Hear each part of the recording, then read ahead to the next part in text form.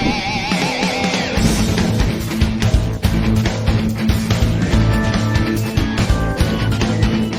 and welcome to this video. Today I am joined with Zach from Zach's Strange Corners of Thought. Is that right? That is correct. And I To am discuss here joined abortion. by... Yes, such a non-controversial and friendly topic. And I am joined by Joshua Yen of Philosophy for All. Thank you so much for making a wrong turn and getting lost in one of my strange corners of thought. Very happy to have this. Well, we'll see who gets lost in whose strange corners of thought, I suppose, by the end of this video. But I suppose how these videos will go is that I am going to start off with talking about my first a few arguments why I think abortion is morally wrong, and Zach would then give his thoughts about it and give a few thoughts about my arguments and my ideas.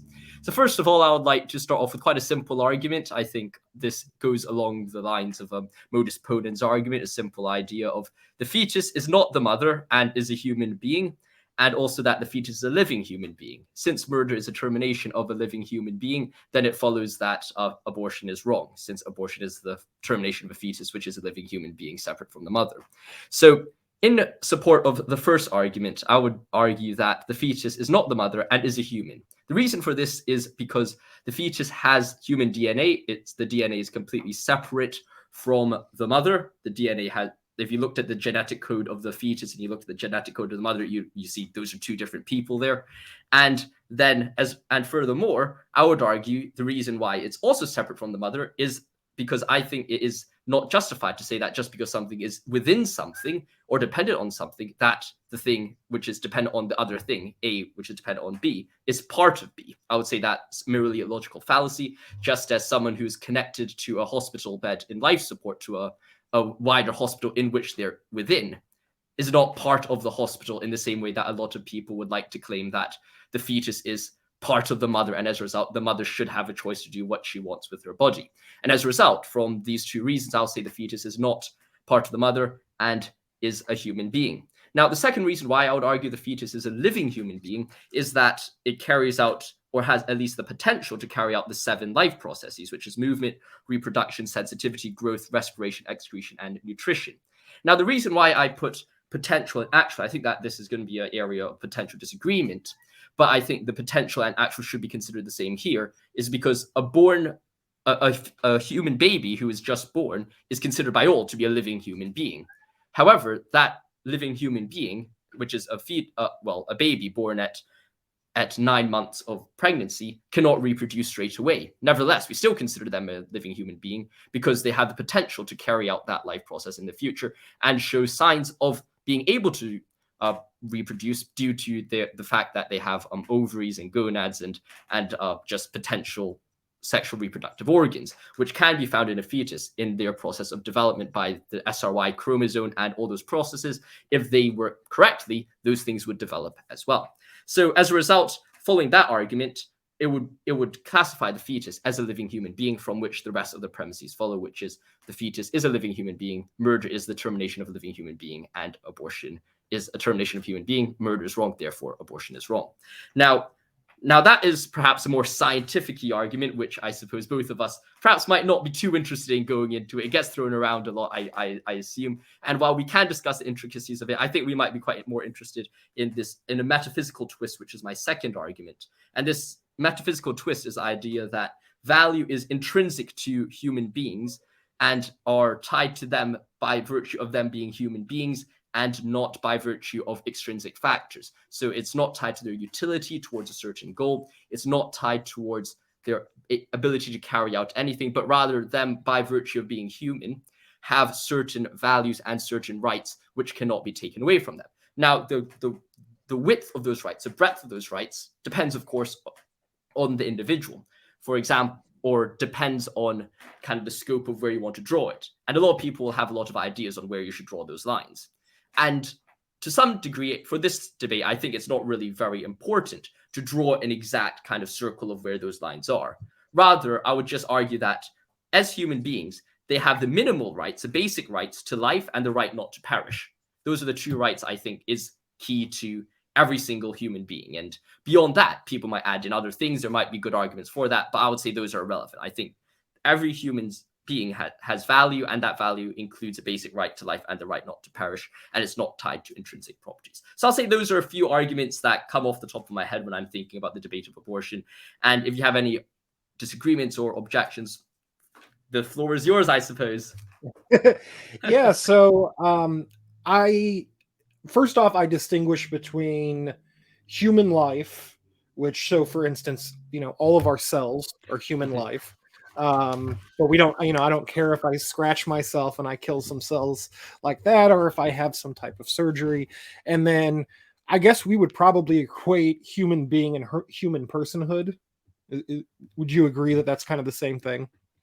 Yeah, I think the devil lies in the detail, in the sense of whether you would consider a dead body a human being. I would say perhaps not, and personhood and being would be significant, I suppose, in that distinction. Just because I think a human person would have rights, though of course a lot of times they are used interchangeably, such that what one person says as being might be what someone else says as person, and then the equivocation occurs there, right? So I think we have to be careful about that distinction.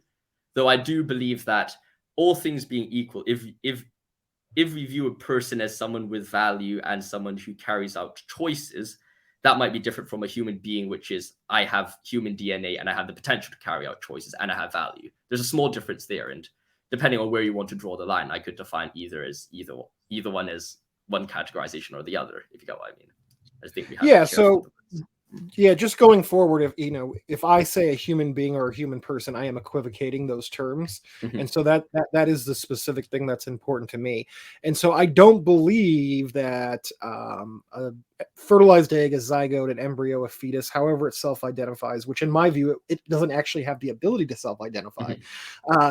Is a human person yet. I don't believe that personhood actually starts until the moment of birth. And so I take a very Heideggerian approach to this, and this idea that human beings can be defined as beings in the world. Like, we are naturally in a world that we care about, that we can't be abstracted from this world. And part of those fundamental characteristics are that we can be absorbed in a world, that we can find meaning in a world, that we have a type of facticity that throws us into a world. And obviously you could argue that there is a type of facticity that exists in a fetus. I would say that facticity exists, but it's not quite exactly the same thing. And to me, I do think that there is a metaphysical distinction, and I use a lot of scientific evidence to kind of buttress that. I don't know if that's a dangerous thing to do, to use scientific evidence for metaphysical arguments. But I do think that there is a metaphysical distinction between a fetus, something that's preborn, and then someone who is born, that there's like a shift that happens there. Beyond that, I would, as far as the morality of it, even if I say I granted your argument that a fetus, anything that's preborn during that gestational period, is a human being, I would then make, I guess, what is it called? The violinist argument.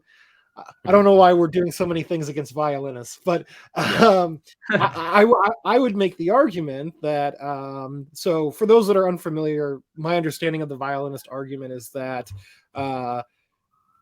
basically if a person needs a liver transplant in order to live, I cannot force another person to give me their liver, even if it means that I would die.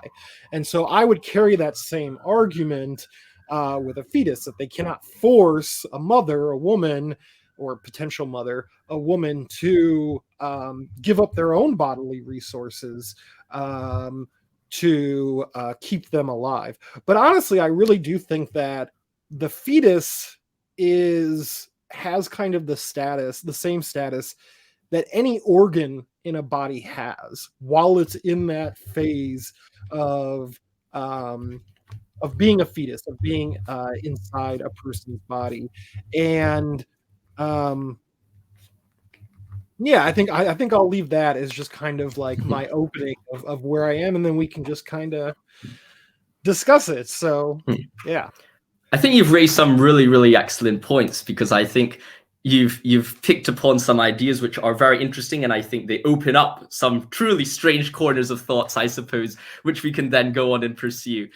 So let's start off perhaps with the first point, which is personhood. And I suppose you gave a kind of a broad conception of what personhood means. You've thrown in Heideggerian ideas of being in the world, that they experience a sense of thrownness. I suppose to develop it a bit more, I suppose to push you a bit more on that, what would you say are the exact qualities of personhood? Can you draw those exact qualities of personhood, or is it almost a more abstract idea of this is a person? Like, because I suppose with like science, they could say, okay, it's these 7 things, or the potential of these 7 things to occur. Do you have a similar kind of rigorous definition of what a personhood means? Yeah, and so again, I'm going to follow Heidegger on this. You know, he says basically the basic existential characteristics of what it means to be a human, and he calls these equiprimordial. So they're basically a priori. They exist throughout the entire time that you're a human. They're completely unconscious. I don't have to consciously choose to do these, and they're kind of your disposedness is one way of translating this German word Befindlichkeit. It's also literally the state in which you were found, and temporally it refers to your past. So that's the thrownness part, that you always have a kind of history, and that it's being thrown into like a present world. And that in this present world that you and I are both in right now, we are inherently absorbed in the world. We deeply care about the world, so much that we're able to give meaning to the world. And then the final characteristic is what he calls understanding, and that's kind of ambiguous in the way it's translated, but it basically means like I can sketch out future possibilities. I can understand my future possibilities, or I can have some idea of what these future possibilities are. And not just that, but I can go backwards and I can remember choices that I've made in the past, and I can say, oh, well, there were these other possibilities that I could have made.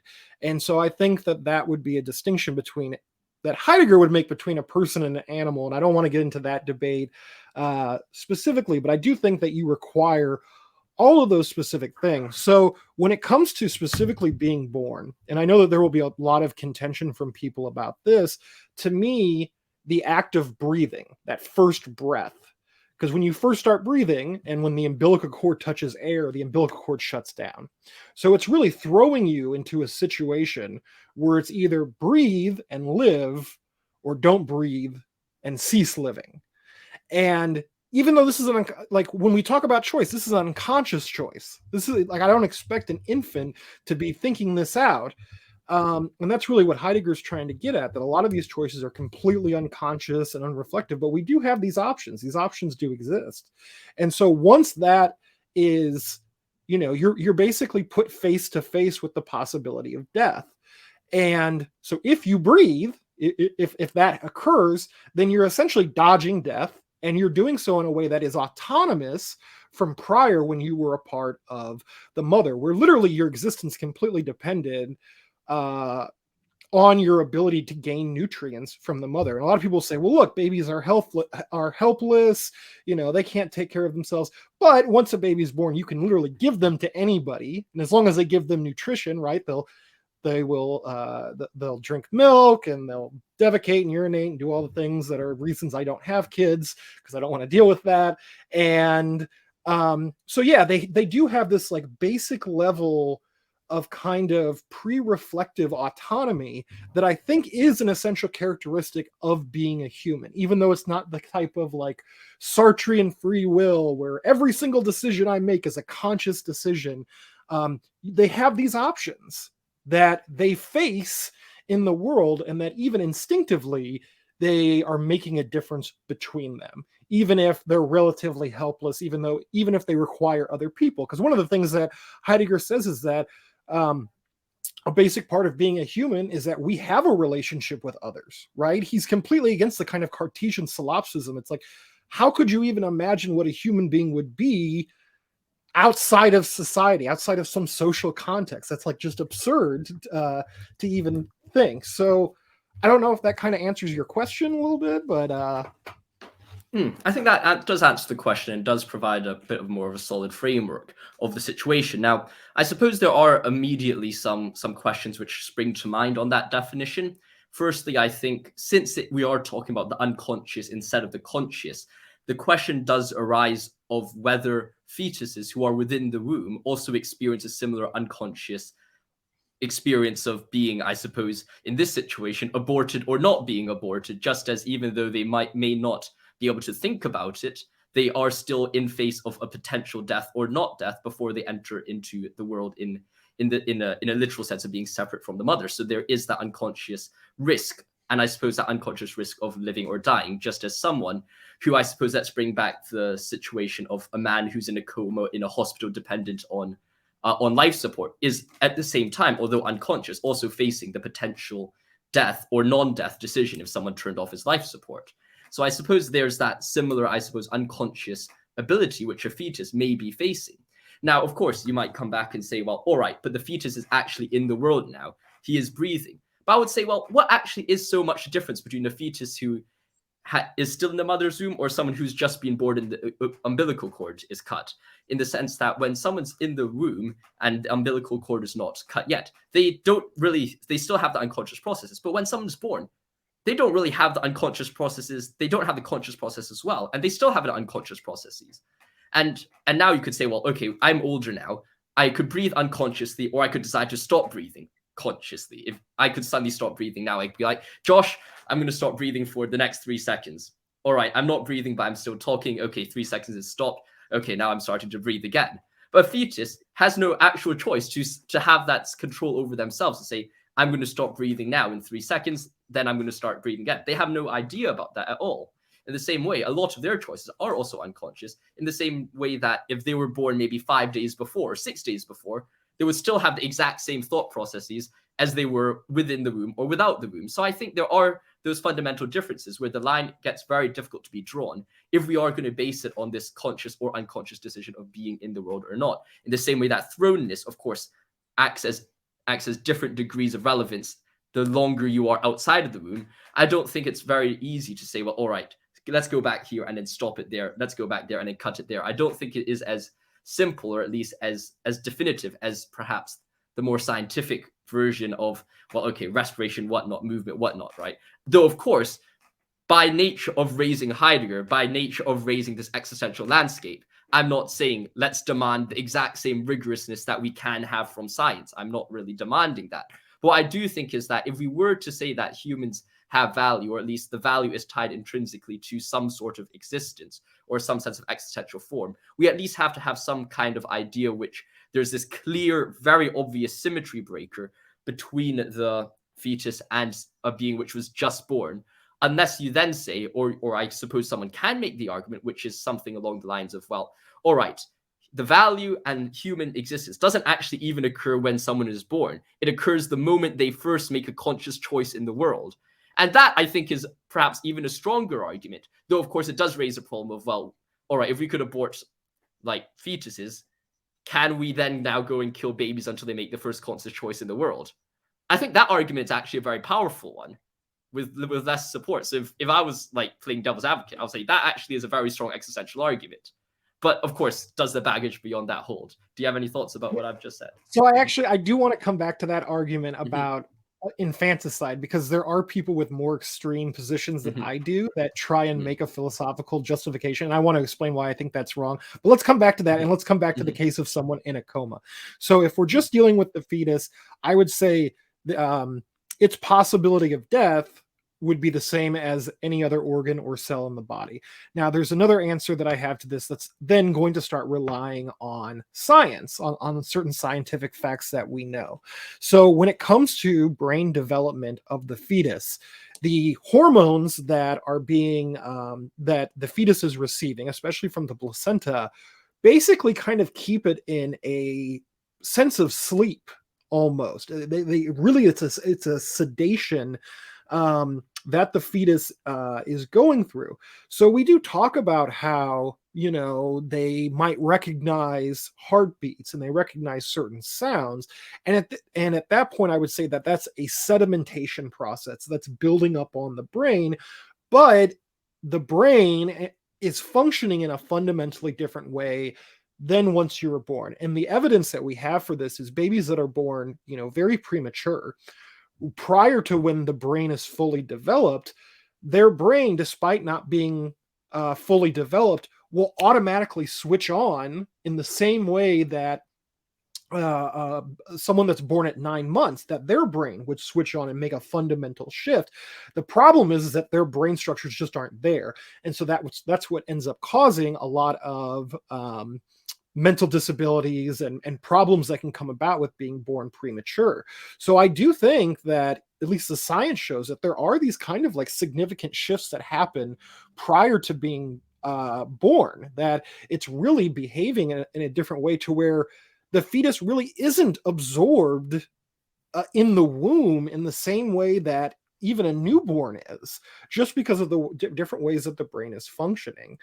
I would also point out that we know, for instance, that the cells of a fetus, the mitochondria in all the cells of a fetus, function differently while it's in the womb than when it's born. So as soon as a baby is born, the mitochondria become significantly more active than they were previous. So again, this is me relying on certain scientific facts to buttress my metaphysical arguments, and that may be philosophically problematic, but I'm still going to use them anyway. Mm-hmm. So that's kind of what I would respond to the question: is there really a significant distinction between pre-birth and birth?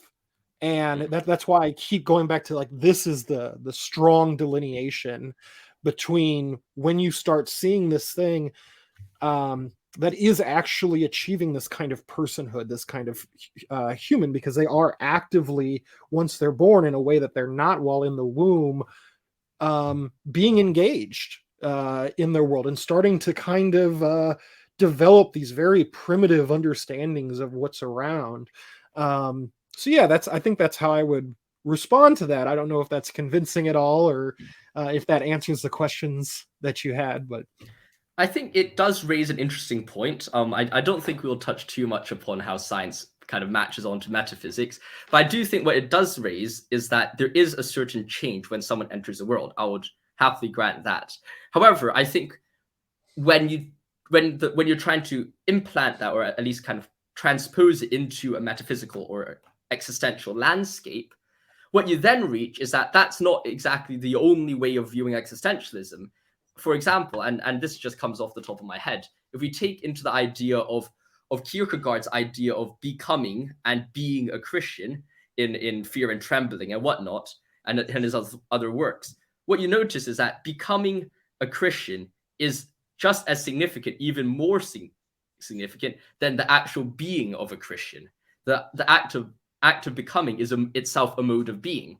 Now, you might say, okay, that seems a bit kind of out of the blue. But what I think is interesting thing is that if we were to grant another framework of existentialism, which I don't think is too different from Heidegger's one, you get a framework where becoming a human being is almost just as important, if not even more important, than the act of being a human being itself, such that they're two separate modes of being with equally significant existential value to them.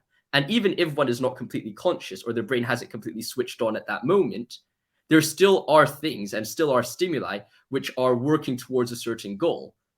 And if we turn to Heidegger himself as well and accept that framework, the idea of aletheia as truth, the idea of reaching out into the unknown, I think even if you say we're reaching out to the unknown in a very obscure way at the start as fetuses, there still are ways of reaching out to the unknown. Yes, unknown is very dark, but at the same time, I would say that is to be expected, because if we start off in the chance of a baby, his understanding, his ability to understand the world is way more difficult than me now with a computer in front of me, with Google and whatnot.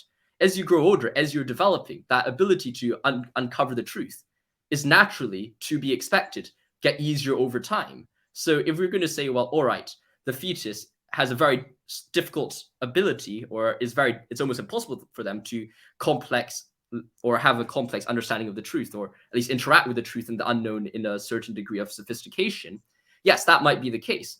But would that not be expected, I suppose, of a fetus who has just been conceived and is just starting to develop his understanding of the world, beginning his journey of uncovering the truth? Yes, he might first start learning the heartbeat, or might recognize some voices, but he's experienced absolutely nothing before. He doesn't have a computer. He doesn't have 18 years of experience or whatnot. So of course it's going to be more difficult then. So I suppose from that framework, you could say, well, actually, yes, the fetus is the beginning of the uncovering of truth, not the, I suppose, the breath, which is the beginning of the uncovering of truth.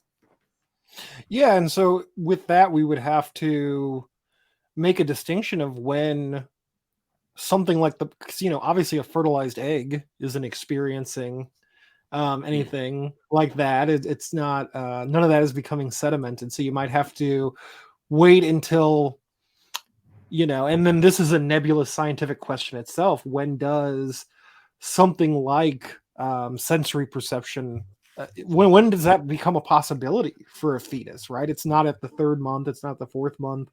There's arguments among some pro-lifers, and just for the sake of this argument, I'm going to call them pro-lifers, because in the political debate in the US, us pro-choicers typically call pro-lifers just anti-choice. But for the sake of this argument, I'll just call them pro-life, just so that we're not confusing anybody. But there's argument, right? So a lot of pro-lifers will make the argument that at this point we know that a fetus can feel pain. But then if you talk to like a neuroscientist about it, it's like, well, the connections aren't really there to be the same as pain. Yeah, so I guess that would depend on like where would, if there is such a thing as consciousness in the human sense for a fetus, where would that begin during that process? Because I don't know if you agree with this. I don't believe that a fertilized egg has consciousness, personally. I mean, I would say that, at least in relation to my arguments, I would say that whether it has consciousness or not is something which is almost irrelevant, just because it is quite a difficult idea to grasp. And consciousness has a lot of implications, which I think is not fully developed, and we don't fully understand what consciousness means yet. In the same way that if someone, and I suppose AI is not a good example, but I suppose it is a good example if someone believes that the world is deterministic, then you have really big problems with what actually is consciousness. I mean, if AI is deterministic by certain codes and humans are deterministic by certain factors, I mean, you're very much going to have a conclusion that humans are the same as AI and whatnot in regards to consciousness. Those things. Maybe I'm misunderstanding what you're saying, because there is a certain point where a fetus definitely appears to start being able to take in sensory information. Right? Yeah. That sounds to be like more of what you're talking about. And obviously, yes, consciousness is a very nebulous term. In fact, Heidegger never uses the word consciousness because he thinks it's too much steeped in this Western metaphysics, which is a whole different discussion. But so it sounds like you're saying, like, when is it that a fetus can actually start experiencing sense perception? And one of the things, again, if we refer to the science, is that there does appear to be this kind of sedimentation process, and that's how a fetal brain develops, right? Is that it is receiving certain kinds of sensory perception, and so that helps in the wiring of a fetus. So does that sound more like what you're trying to get at? Yeah, I think there is some sense of a reaction to external stimuli, and also a reaction to the external world in which is being recognized by the body, or at least acts in a recognizable way. Now, in that sense, you could say, well, all right, the fetus, a fertilized egg doesn't have that potential, or it doesn't have that ability at the very start, and that could be and I think that's the case. I think you have to grant that, but at the same time, I think when it comes to that argument of just the fertilized egg itself, I would say this goes back to the further background of the idea of becoming, is that, yes, it might not be experiencing at start, but that is the process of becoming. In the same way that someone who has never heard of Christianity at all and is just introduced to Christianity might not know anything about it at all at the start. But that doesn't change the fact that they're becoming a Christian, or they're on the way to becoming a Christian. I've been surrounded by a lot of Catholics recently, and they're all saying, as a Christian, they're like, oh, you are becoming a Catholic. And they've been telling me that over like the last, like, I don't know, 6-7 months I've known them. And at the start, I'm like, well, I'm like a Protestant. At a point, I was a Calvinist. I'm like, there's no way on earth as a Calvinist I was ever going to become a Catholic. But then they're like, are you a Calvinist? Well, I used to be a Calvinist, and like, and I had this, like, I don't know what you call it, a bit of a James White. I'm not sure whether you've ever come across that, a bold guy, but I had a bit of a Calvinist phase, like when I was like 14 or whatnot. And I was talking to my friends about it, and they're like, but then that was the process of becoming a Catholic, all part of God's plan. And like, it's these things where you're like, depending on where you're putting your framework, depending on where you're lining it up, I would not see any argument where we can draw a line. Apologies, that's my rice cooker. But it is just I can't see where we could draw a line definitively to say, well, all right, that is not a stage of becoming, or that is a becoming, just in the same way that I think there will always be a small kind of conflict between what do we define by personhood. And I suppose what that leads to as well, I think it's very difficult for us to say, well, definitively, is abortion right at this stage or at that stage? Because no matter where you draw the line, there's always going to be problems about it. And well, what's the reasonable solution? I suppose that goes to the pragmatic side of the debate, which is, I suppose, something slightly different as well. But I was wondering what thoughts you have on that so far. Well, so I guess my question is, like, so for me, metaphysically or ontologically, I am very close to like what Nietzsche or Deleuze would be, where all of existence is becoming, right? Whether it's living existence or not. So then my question for you is that, do you believe that qualitatively there's the becoming of a human is different than the becoming of, like, you know, the rest of totality, right? That exists? Is it just the same process, or is it a fundamentally different type of process? Because that's kind of what I'm hearing. But then I would go back and say, well, all of reality is constantly becoming, right? So I don't know. Yeah, I would want to understand if you have a stricter distinction between that or not. Well, I think I would agree with the Nietzschean idea that everything is in a state of becoming, but I do think there's a qualitative difference between what types of becoming is occurring. And that qualitative distinction comes from, I quite like to lean on Berdyaev's distinction, and he's quite an exclusive or elusive Russian thinker on the side. But in his works, Destiny of Man, he does talk about the idea of humans' ultimate value and ultimate telos being the idea of becoming creators. And I quite like the idea, because what separates humans from at least the recognizable world around us is that we have the ability to create, at least in some sense, a minimized illustration of the creatio ex nihilo of God. And as a result, by creating, that is the ultimate value and the ultimate good of human life and human existence. And as a result, I would say that the process of becoming for fetuses and of humans and whatnot is judged by their ability to create and develop ideas and music, or whatever field of creation it is in the world, which is a good. And as a result, I'll say that is a qualitative difference when it comes to the existential mode of becoming between humans and a rock or a tree or whatnot. So, I mean, because, and full disclosure to everyone, I am an atheist. So obviously you as a theist believe in souls, or at least I'm assuming you believe in a soul. So at what point in development would a fetus or an embryo or even a fertilized egg become imbued with a soul, if you were just to have to guess? It's not like the Bible's very clear about. Yes, definitely. Well, the Bible's not clear about a lot of things, hence why there are some Calvinists and some Protestants and some Lutherans and some and that list goes on and on and on forever, right? So but I mean, I suppose the reason why I haven't raised anything about religion at all up until this point is because I think there's a lot of metaphysical baggage or whatnot, which I think is somewhat irrelevant, or, well, it is very relevant, but at the same time, it's not something that I necessarily want to raise because it leads to a lot of other questions, and hence I'm trying to make this argument as irreligious as possible. However, if we do raise the idea of, because I do think personally, like, even if I wasn't a theist, I would still be pro-life. So I mean, I'll put that out there. So they're not mutually exclusive. But then, and there are people that are Christians that are pro-choice as well. Definitely. So.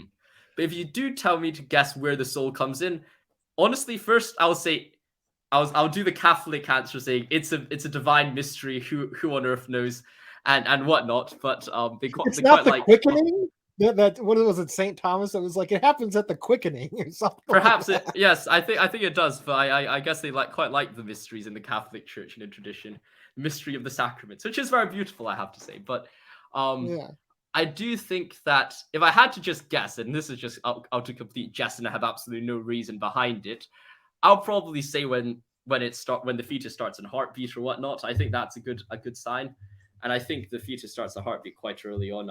I could be completely wrong, and I'm talking completely out of left field here. There's absolutely no justification for this. Like, if you gave me another good argument for something else, I'll just change my view in an instant. It's one of those things where I haven't put much thought into it, just because I I haven't thought much about it in relation to the abortion debate, but you know, I would say it's heartbeat or whatnot.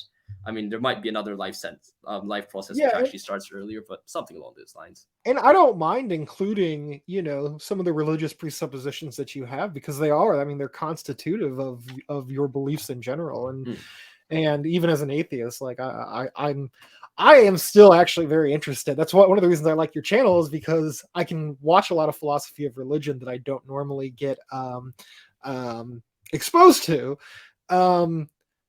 So if I were to acknowledge that a soul exists, you know, I would be definitely, I don't know about a heartbeat. Do you believe that animals have souls? I have absolutely no clue about that. The amount of evidence I have behind animals having souls is exactly the same amount of evidence I have for when souls occur. I have absolutely no clue about that, to be honest. Yeah. So I mean, if I were to speculate on when souls exist, because, you know, especially since Descartes, and if you take a more secular viewpoint, we really seem to equate souls with consciousness, right? With the mind. Yeah. And so if I were to make that argument, and I would never make that argument because I hate Descartes, I would say it's whenever the brain is able to have this like basic thing that we call consciousness, or has that basic possibility. And of course, we talked about this earlier, there'd be a difference between possibility and actuality. And to me, that's a hard distinction. And I mean it in that's a very strict distinction between what is possible and what is actually occurring right now. That's actually really important to my philosophy, even though Heidegger is constantly talking about possibilities and how they interact with stuff. So yeah, I mean, and that goes back to the argument, right? Most people would say, well, a fertilized egg has a very good potentiality of becoming a human being. And there are some pro-choicers that might be, I think I've probably made this argument before, not seriously, but that, you know, a fetus could be the equivalent of cancer. But as far as we know, the cancer has because it has different DNA, right? But as far as we know, cancer has no possibility of becoming its own independent human. Family Guy. Huh? Have you watched Family Guy? Well, yeah, but there's that episode where Peter randomly grows a second Peter out of his shoulder or whatnot. I mean, when you said cancer has no chance of growing into a life of its own, I just think that idea of like Peter growing a second Peter just came into my head. Maybe in the Family Guy cinematic universe, that's a possibility. Yes. That's a rebuttal that everyone needs. Yes. But I mean. So, I mean, one other thing that I want to point out, because you mentioned how at the point of fertilization, there's different cells. And I know that we've talked about this before, but I mean, I read a study, and I'll put it in the description of my video and I can share it with you, that basically said, you know, when we talk about gut bacteria, that doesn't have our DNA at all, that there's actually more individual gut bacteria cells than all the other cells in our body. And so at a fertilized egg, they don't have any gut bacteria, but you need your gut bacteria in order to survive, right? Like there's people who, if they lose it, they literally have to get like fecal transplants from other humans in order to get that gut bacteria back. Otherwise, you can't properly get nutrients. So, you know, I could potentially argue that in order to be a human, you actually have to have all of these cells in your body that don't have your DNA whatsoever. Right, I could potentially make that argument. So I don't know. That's why I would say a fertilized egg is not itself a person, or that's one of the things that I would use to make that argument. But I suppose we were moving a bit towards a fetus as the same status as an organ. Am I right when we're moving towards that form of the argument that you were raising at the beginning? That is my metaphysical belief, that the fetus is an organ, and that, you know, all organs and organ systems have a certain purpose, right? And so the entire, you know, reproductive system is for the purpose of reproducing, of creating an other that is not merely a part of the whole.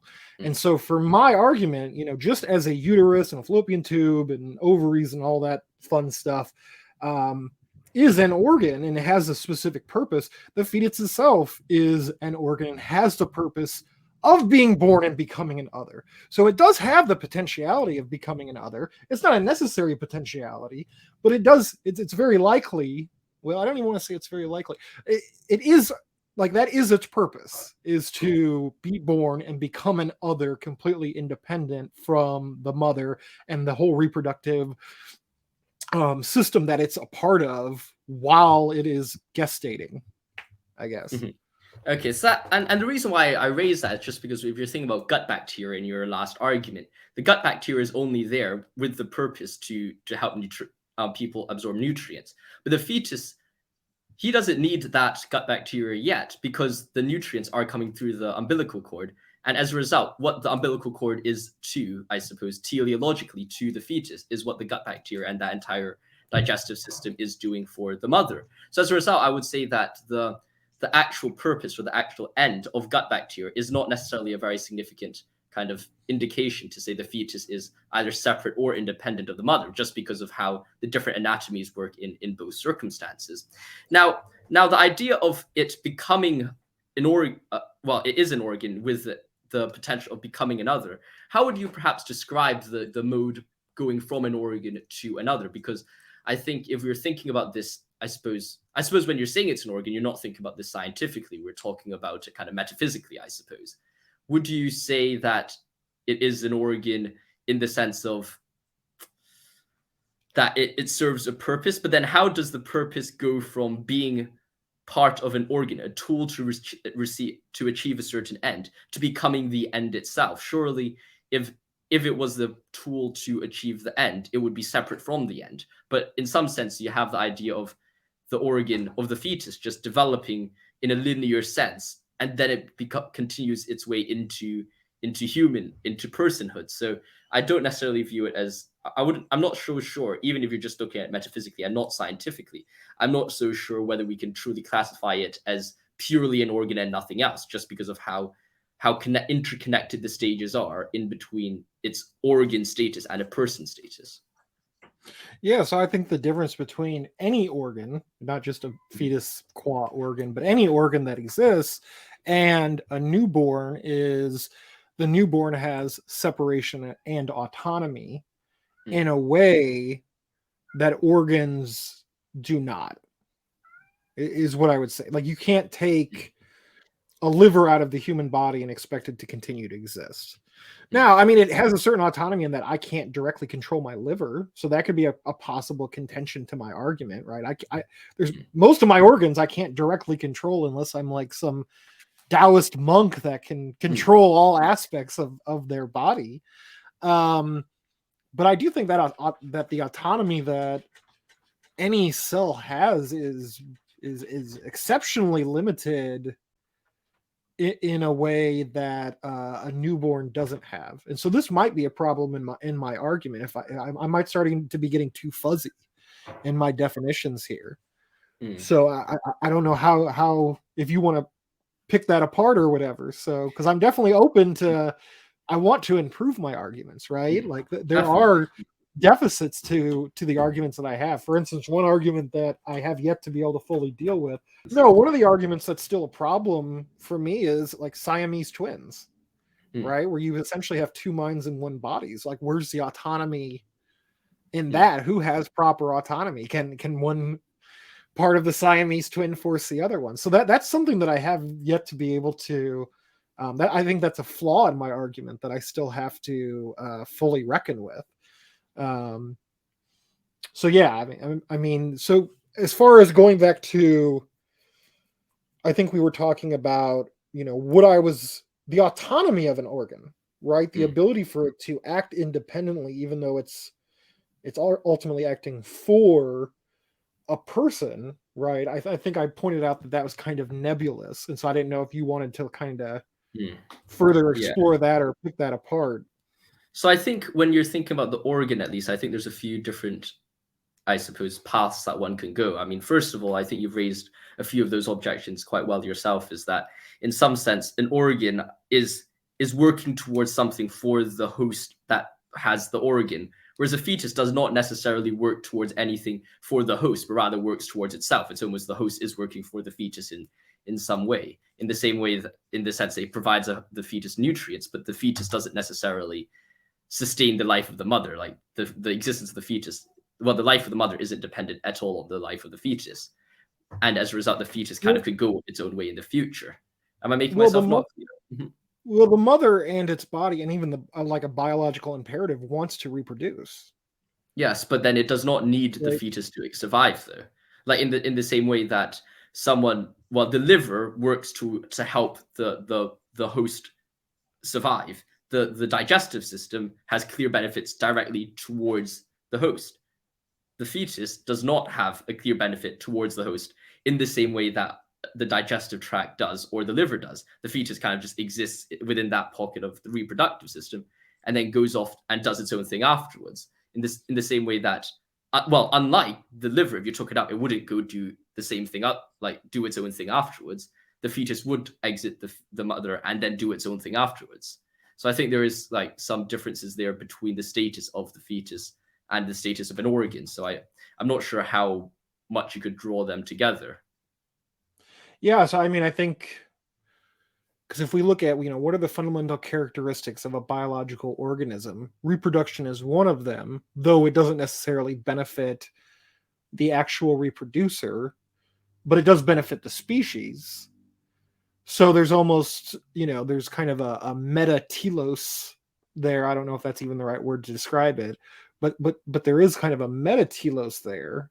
And I also think that humans do things that aren't naturally in their own benefit, right? I don't know. Maybe I'm getting too lost here. Does that kind of make any sense? Well, I think it does in the sense that people do things which are not for their own benefit, and that's something you could grant. I mean, there's that entire idea in Dostoevsky where people were given everything a perfect world, they just go around and destroy it. So, I mean, it's definitely something which does exist. However, that's I'm not what sure I how, would do. Potentially, yes, to create some strange corners of thought in the process, but I'm not sure how Don't exactly that would apply. Don't give me everything or superpowers. I'd probably be a villain.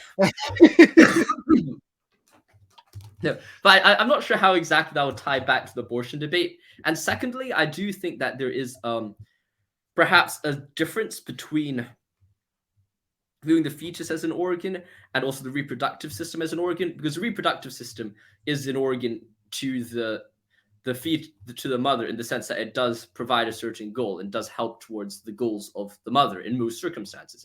If the mother wants to have a child, they have sex and then they have a kid, right? So that it does serve some purpose. In most cases. In most cases towards the mother. Yeah. Now for the fetus, on the other hand, the fetus, I think, is separate from the reproductive organ of the mother because, well, the fetus, number one, I suppose if you're looking at it purely scientifically, it does have different DNA. And of course you could say, well, gut bacteria and whatever have different DNA. But then at the same time, if you're looking at what bacteria is, we're not debating that the gut bacteria is literally part of the mother. We're saying the gut bacteria is a different type of bacteria, which is within the mother, but it's not exactly part of the mother. I wouldn't say the gut bacteria is part of the mother. It's I am arguing that it's a part of the human. Because I think the virus. Because if you got COVID and there was virus within you, now of course COVID isn't virus isn't a living thing. Would I get demonetized for saying this? Do you get demonetized for saying COVID, or is that just I don't something? think so. Well, hope not. At least not anymore. Well, I'm not monetized at all, so I suppose it doesn't affect me. But I think we're fine on COVID at this point. Maybe if it was 2020, we would completely get shut down. That is true, but I suppose that's a whole other debate right there. Yeah, no, who knows? But I suppose if a virus was within you, you wouldn't say the virus was part of you. You would just say it's a foreign invasive thing within you, which is hurting you. In the same way that if you had gut bacteria, you'd say it's a foreign bacteria which has symbiotic relationship to your gut. It's not exactly part of you because it has a different DNA and whatnot. So in the same way, I would say, well, a fetus has a different DNA and is just not part of the reproductive system in that sense. Yeah, but is gut bacteria necessary for you to live as a human? It's necessary, but I wouldn't say it is part of you. I mean, I don't think that's a correct kind of distinction or extrapolation. In the same way that you wouldn't necessarily say oxygen is part of you, even though you necessarily need oxygen to breathe or food to eat when you're eating food. You wouldn't say the food is part of you. You have molecules literally made out of oxygen in your body. Yeah, but that is not there's separation between the molecules of carbon or whatnot, which is bonded to oxygen. I don't know how biology works exactly, but I would say there's a difference between the oxygen you breathe and the things which are within you. There's a difference between the red blood cells carrying oxygen within. Well, no, but then that's exactly what I was trying to point out when I was saying the mereological fallacy. Something being within something is different from something being part of that thing. So as a result, when I say the gut bacteria is within you, I'm not saying it's part of you. I'm saying it's within you. Just as when I say I am within my house, I'm not saying I'm part of the house. And when the oxygen is within your bloodstream, it's carried by your red blood cells, the hemoglobin. Your hemoglobin, the red blood cells, is part of you, but then that's a carrying of the oxygen, and not the oxygen is part of you, if you got what I mean. There's a distinction there, I would say. Yeah, I don't know if I understand that, because again, like the oxygen is just as much a part of your and the way that it's used is just as much as part of the chemical makeup of your body, whether it's being used to create ATP, which is essentially energy, or whether it's being used in other chemical processes. Like that's a part of you, right? The energy that my mitochondria produces is part of me, is me. In the same way that, you know, a red blood cell is me. So I don't know. I guess I'm not buying that. It might be just a point we disagree on. Yeah. I suppose I would just try to raise an analogy just for the sake of illustration to see whether I could convince you with this analogy. But I suppose if you're in a factory and you see a conveyor belt, and the conveyor belt has or I suppose a mine shaft or whatever it is, right? That you have a conveyor belt, there's containers on the conveyor belt, and then someone puts like coal in it. Would you say the coal is part of the conveyor belt? I mean, it seems to me that the coal is more so separate from the conveyor belt, just as the end product, which is created by the conveyor belt, is separate from the factory and the processes of creation. The robots which are running the factory is separate from the stuff which is being held within the conveyor belt and the products which it creates.